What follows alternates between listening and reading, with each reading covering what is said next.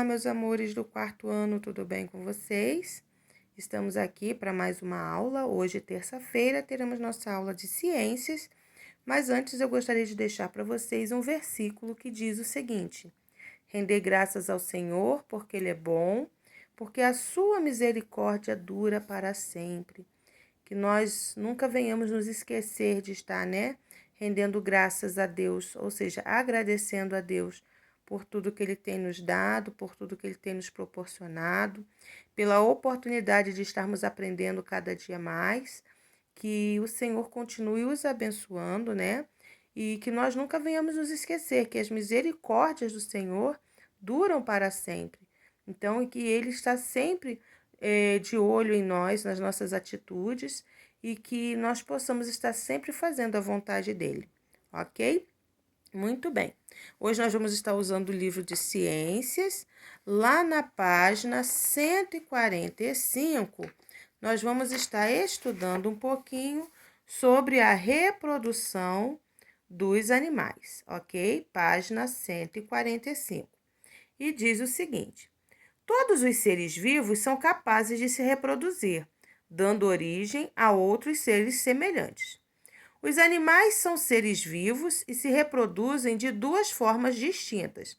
A primeira forma é a sexuada. O que então é a reprodução sexuada? Quando ocorre entre um animal do sexo masculino e outro do sexo feminino. Então, a sexuada precisa ter o papai e a mamãe, para ter o filhotinho. E a assexuada, quando ocorre sem a intervenção de animais de sexo diferentes, tá? Então, nós vamos ver um pouquinho aí da reprodução sexuada primeiro, onde necessita-se ter o quê? O sexo masculino e o sexo feminino, tá? Então, a reprodução dos animais, em geral, é sexuada. Então, a maioria dos animais tem a reprodução sexuada. Nesse caso, os animais da mesma espécie produzem as células reprodutivas, os espermatozoides e os óvulos. O encontro da célula reprodutiva masculina, que é o espermatozoide, com a célula reprodutiva feminina, que é o óvulo. Então, precisa-se ter o espermatozoide que vem da célula masculina e o óvulo que vem da célula reprodutiva feminina. Ocorre através da relação sexual chamada de cópula. Então, os animais, eles fazem a cópula ou acasalamento. Então, ocorre o acasalamento dos animais, aí surge o embrião, tá bom? Após o acasalamento, o espermatozoide e o óvulo se encontram, podendo ocorrer a fecundação. O óvulo fecundado dá origem a um embrião que se desenvolverá e ficará semelhante aos seus pais. Então, vamos lá. Então, aí vocês estão vendo, a figura, aqui em cima, ó, é a célula reprodutiva e aqui nós temos o espermatozoide. Então, o que é o espermatozoide? É a célula reprodutiva masculina. Possui uma cauda que é utilizada para a sua locomoção e é bem menor que o óvulo. Então, ó, esse aqui é o espermatozoide que está querendo chegar aqui na célula reprodutiva. Então, a célula reprodutiva é o quê? Célula reprodutiva feminina é o óvulo. Então, isso aqui é o óvulo, onde o espermatozoide vai tentar entrar. Ó, aqui nós temos um já entrando, dentro da célula reprodutiva feminina, dentro do óvulo. É arredondada, maior que o espermatozoide e é imóvel, tá? Nos animais, por exemplo, tem cachorrinhos quando eles acasalam, que ocorre isso aqui, tem cachorrinhos que têm 4, 6 filhotes, tá? Então, os filhotinhos são gerados dentro desse óvulo aqui, tá? Eles começam a crescer por causa da junção do espermatozoide com o óvulo. Então, quando o espermatozoide consegue entrar no óvulo, vai surgir quem? O embrião. E quem é o embrião?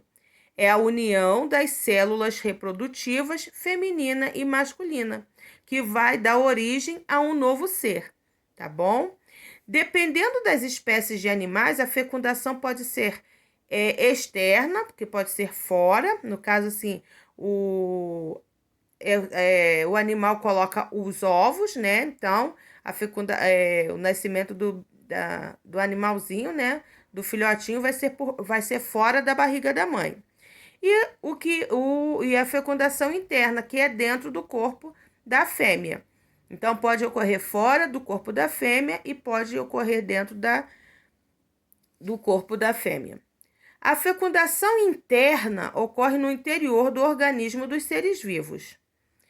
Os machos introduzem o espermatozoide no sistema reprodutor das fêmeas, ocorrendo a fecundação.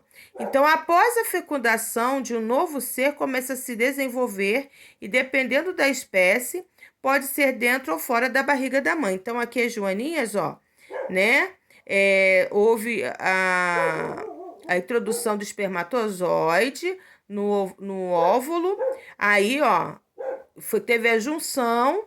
A mãe foi e colocou os ovinhos ali, a joaninha, lá na folhinha, né? Então, a joaninha colocou os ovos fora dela. Então, esses ovinhos, eles vão eclodir e nascer novos filhotinhos, ok? Página 147. Então, quando a fecundação ocorre fora do corpo da fêmea, é chamado de fecundação externa.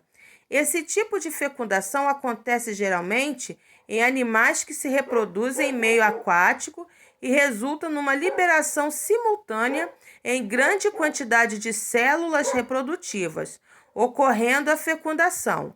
É assim que a maioria das rãs, dos sapos e dos peixes se reproduzem, tá? Então, na fecundação é externa, é fora também. Na reprodução sexuada, os novos animais podem se desenvolver e nascer a partir de ovos, chamados de animais ovíparos. Então, aqueles que nascem de ovos são conhecidos como ovíparos. Ou dentro do corpo de um dos pais, chamado de animais vivíparos, como é o caso do homem.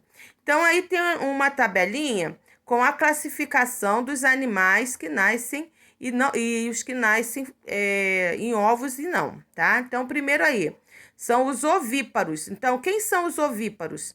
Animais que nascem de ovos. Então, os ovíparos são animais que nascem de ovos. Os ovovivíparos nascem de ovos que ficam no interior do corpo da mãe até seu nascimento. Quando o filhote está pronto no ovo, acontece a eclosão, isto é, o ovo se abre para o filhote sair, tá bom? Então, a eclosão dentro da fêmea, tá? Então, ovovivíparos, eles nascem dentro da barriga da fêmea. Então, a fêmea fica com os ovos dentro dela e quando os ovos eclodem, aí que tem o nascimento dos seus filhotinhos. E os vivíparos desenvolvem-se dentro do corpo da mãe. Então, nós também, né, nós seres humanos, nós somos vivíparos, porque nós nascemos dentro do corpo da nossa mãe, tá? O tempo que o embrião leva até a sua formação total é chamado de gestação. Então, o que é gestação? É o tempo que o embrião leva até a sua formação total, tá? Nas espécies ovíparas, para a gestação é necessário manter a temperatura ideal para o filhote. Então, alguns animais chegam a sentar sobre os ovos para mantê-los aquecidos. É o caso da galinha. A galinha põe os ovinhos lá, né, no ninho, só que ela precisa o quê? Sentar em cima dos ovos para aquecer e quando está no tempo certo, aqueles ovos vão o quê? Eclodir e os pintinhos vão sair. E isso tem o nome de incubação. Então, o que é incubação? É o período em que o filhote, né, precisa ser aquecido enquanto está dentro do ovo para poder nascer, ok? Agora nós vamos ver a reprodução assexuada. Ela ocorre quando determinadas espécies originam um novo membro com as mesmas características a partir de uma parte do seu corpo. Isto é, a parte fragmentada se regenera, dando origem a um novo indivíduo. É o caso da estrela do mar. Então, a estrela do mar, ela não precisa ter o papai e a mamãe. Se ela aqui, ó, tá vendo? Aqui tiraram um pedaço da estrela do mar, tá? Esse pedaço que foi cortado, ele vai se regenerar. E esse pedacinho aqui vai formar uma outra estrela do mar. Então, por isso que é a reprodução assexuada, que não precisa ter nem o sexo feminino, nem o masculino para poder se reproduzir, tá bom? Quais são as vantagens dessa reprodução? Pode haver formação de clones, todos podem originar descendentes, rápida produção de descendentes com baixo dispêndio de energia. Quais são as desvantagens? Pouca variabilidade genética, ou seja, são poucas as variedades que podem existir.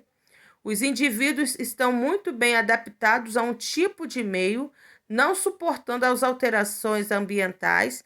É o caso da estrela do mar, né? Ela foi criada para viver ali dentro do mar. Se você tirar ela e colocar ela em outro lugar, para ela se reproduzir, ela vai morrer, tá? Então, ela já está adaptada ao seu local de reprodução.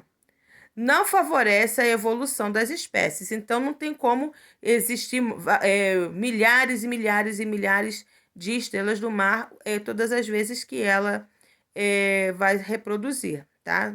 Então, são poucas espécies, ok? Agora, nós vamos lá para a página 149. Outras duas formas de reprodução animais são hermafrodismo. O que é o hermafrodismo? Reprodução com aqueles animais que possuem células reprodutoras masculinas e femininas ao mesmo tempo, como as minhocas. Então, as minhocas não necessitam, elas têm os dois sexos, elas são masculinas e femininas ao mesmo tempo. Então, elas podem se reproduzir. Então, elas são hermafrodismos, né? E o caracol, né? Os caracóis também são como as minhocas, tá? A reprodução deles, porque eles possuem as células, já possuem as células reprodutora masculina e feminina.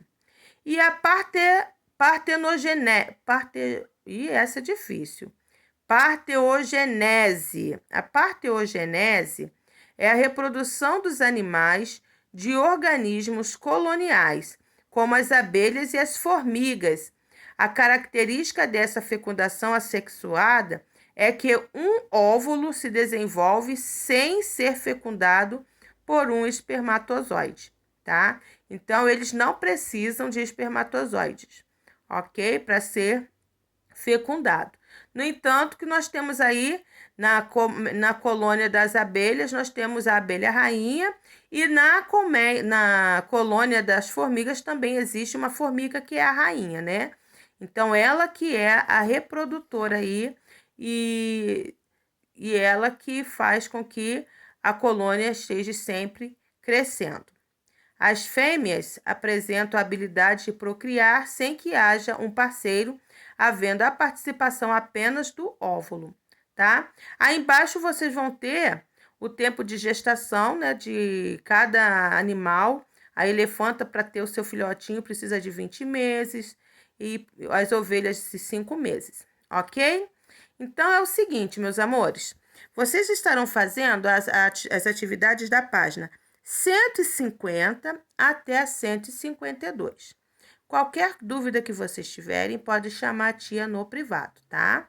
Como a tia informou ontem, a tia quebrou o celular, tá? Deixou cair e tem algumas funções que a tia não está conseguindo ainda resolver. Então, provavelmente, novamente, hoje nós não teremos a nossa aula no Google Meet, tá bom? Se eu conseguir aqui mexer nele, eu vou tentar ver se a gente consegue. Caso eu não consiga, vocês podem chamar a tia no privado, tá bom? Que Deus abençoe a vida de vocês. Um beijo e até o nosso próximo encontro.